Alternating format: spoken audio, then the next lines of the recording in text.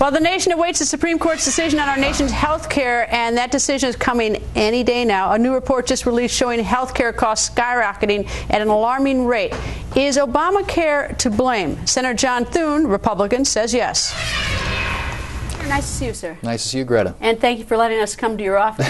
Nice to have you here. Welcome. It's a nice office. All the Packer stuff here. Indeed it is. All right. Well, you've also been taking to your Twitter account, and one of your tweets is, in 2014, health insurance costs expected to jump by 7.9%, 4.1 percentage points higher than without Obamacare. How do you know that it's 4.1 percentage points higher? Well, I think that was the conclusion that they came to, and the Center for Medicare and Medicaid Services, which is controlled, of course, by the administration, has also come out and said that in the next 10 years, healthcare costs are going to go up by 5.7% a year. And what's interesting about that is, and there was a great Jonathan Gruber, who was an MIT economist that the Democrats, when they passed healthcare, relied upon for his analysis, said at the time that health insurance costs would go down by like 13% for young people, like 30% for seniors, and he has since done a complete 180. He's now advising states like Colorado and Wisconsin and Minnesota and advising them that their health insurance costs are going to go up by anywhere from 19 to 30%. So it really is exactly what many of us predicted what would happen. And he said at the time that and what he's telling these states now is that it's all the mandates, it's all the requirements, and to cover all that, it just drives your costs up. All right, it would have gone up anyway, probably, right? Well, healthcare costs go up, insurance costs sure. have gone up, right. But I'm curious. I mean, is it what specifically is driving the increased cost with the Obamacare over what sort of be the natural progression of increased healthcare costs? Well, most of it comes down to mandates. I mean, you've got what? Which mandates? Well, you've got certain requirements, minimum essential health benefits that have to be covered by every plan, medical loss ratios. Certain, so much of it has to go toward healthcare coverage as opposed to administrative costs. All costs the insurance companies pass on. Community rating, which basically says that higher risk and older people, they can't charge them more than 2 or 3 times what they would charge for younger people whose insurance costs, obviously, or healthcare coverage would be a lot less. Which I suppose anyone would expect as you broaden the health care coverage, as more people are included, as you provide more, you would expect the cost to go up. It's just that I guess that the Obama administration didn't think that they would go up as high as they would, or they thought there'd be offsets with some savings.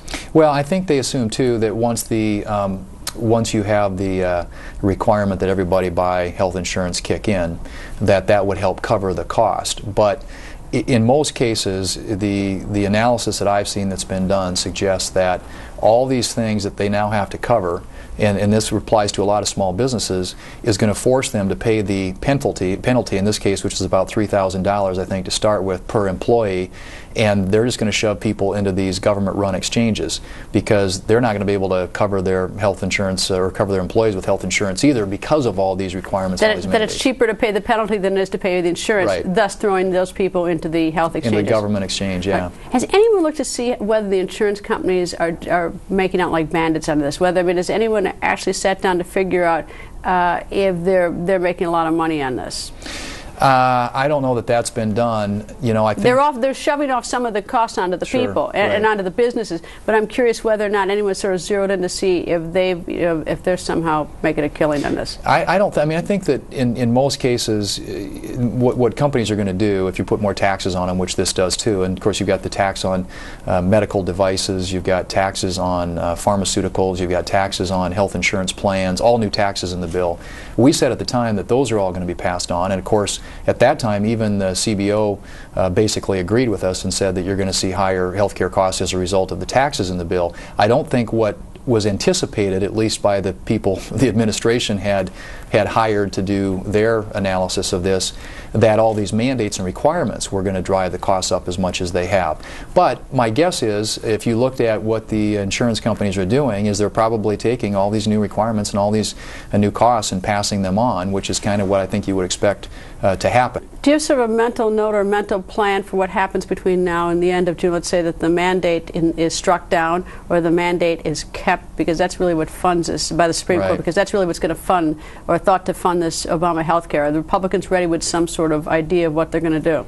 Well, I think that the mandate, the individual mandate, really is the thing that holds it all together. In my view, at least, that's the centerpiece of this. That's the money. That's the money, and if that gets stripped out by the courts, then the rest of the thing starts to unravel.